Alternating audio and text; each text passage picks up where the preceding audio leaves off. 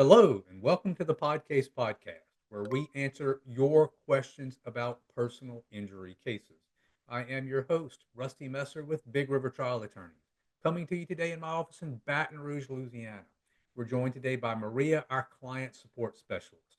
All right, Maria, what topic are we talking about today? We have had multiple people ask about the recent 50 million case against Starbucks. Let me give some background on the case for people that might not be familiar with it. So, Michael Garcia was a delivery driver, sort of like DoorDash, something like that.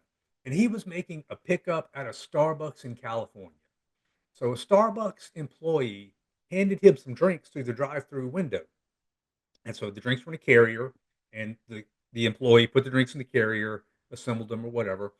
One of the drinks, a very hot cup of tea, did not have the lid on it all the way. You can actually find the video of this online. Uh, so during the transfer, it spilled and it caused third degree burns, scarring, and even nerve damage to Mr. Garcia's genital area. Now, what was important about the case, or one thing that was very significant, is that Starbucks had had multiple warnings by employees and customers, not only about the temperatures of the beverages, but by this process of handing the drinks through the drive-through. So there had been internal complaints about inadequate training for handing beverages off through the drive-through, and so in my mind, I believe what the jury saw was that there was a pattern that showed a real lack of concern by the company for how this process was happening. And why wouldn't a case like this settle before going to trial? So most cases do settle. Uh, this case, it's really kind of shocking that it didn't. So Starbucks knew they had some liability. They made an initial offer of $3 million to settle the case. Mr. Garcia rejected that offer. Mr. Garcia was represented by an attorney named Nick Riles, who's a very famous trial attorney. Uh, so Mr. Garcia rejected the $3 million, and they kept negotiating. And at some point, the negotiations got up to where Starbucks was offering $30 million. Now, interestingly enough, Mr. Garcia would have accepted the $30 million, but he also wanted a public apology from Starbucks, and he wanted Starbucks to change its internal policies so that something like this wouldn't happen again. So here you have a case where someone has been injured, and there's been significant settlement negotiations, and the company was willing to pay $30 million, and Mr. Garcia was willing to take $30 million. But what Starbucks would not do is apologize for causing his injuries. So the case went to trial. Uh, Now, throughout the course of a trial, you start off, you have openings, you present all the evidence, you have the witnesses. At the very end of the case, once the case is finished, there are what are called jury deliberations. And so this is where the jury goes into the back, the 12 members of the jury, and they talk about the evidence. And plaintiff's attorneys always wonder, maybe defense attorneys too, always wonder what's actually going on back there because we never know. And deliberations can take several hours, sometimes days. Well, in this case, the jury deliberated for about 40 minutes before coming back with a $50 million verdict, all because Starbucks wouldn't apologize for what it did. Wasn't there a case similar to this but involving It's McDonald's? true, there was.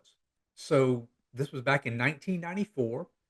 A woman named Liebeck, and now she recovered nearly $3 million from McDonald's. So she suffered third degree burns after some coffee spilled in her lap. She had gone through the drive through. She was a passenger in a vehicle. And so they had passed the coffee to her, and she was putting her creamer or sugar or whatever she was doing to it when it spilled. And when it spilled, it caused very severe burns. Isn't coffee supposed to be hot though? Yeah, and I would probably be upset if my coffee were cold too. But in Miss Liebeck's case, the coffee that McDonald's was serving was 190 degrees. Now, industry standards said 130 to 160 was about the range that this coffee should have been served in. So you're 30 degrees higher, 30 degrees hotter than the highest industry standard.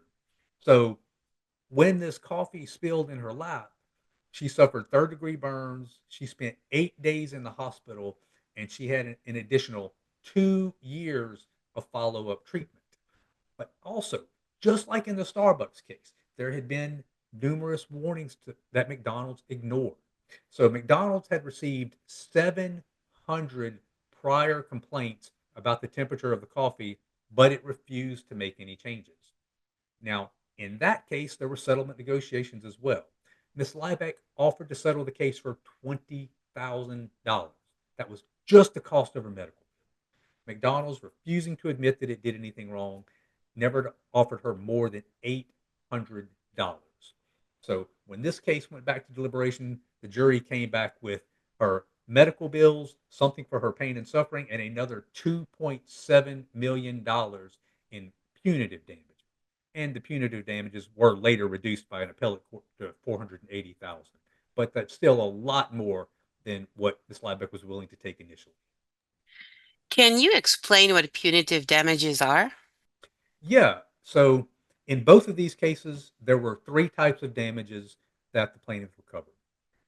One type is compensation, and that's like your pain and suffering, your emotional distress, mental anguish, things like that. That's the payment for what you had to go through and what you're going to go through uh, in the future because of your injuries. The second thing were medical expenses. Both recovered medical expenses, and this is paying for the treatment that you've had and the treatment that you're going to need in the future.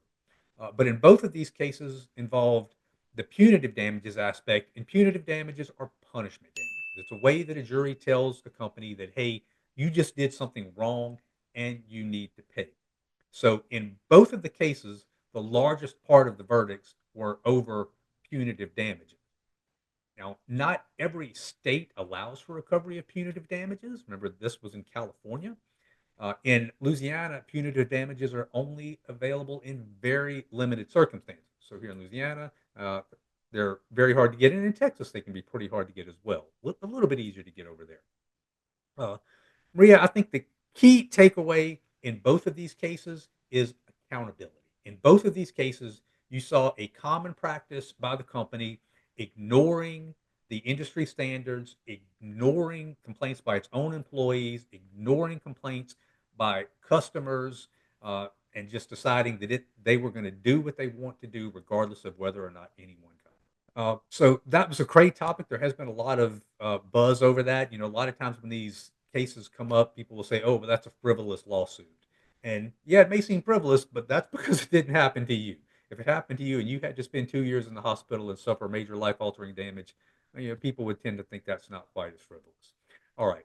So thank you once again for joining us on the Podcast Podcast. Again, I'm your host, Rusty Messer, where we answer your legal questions.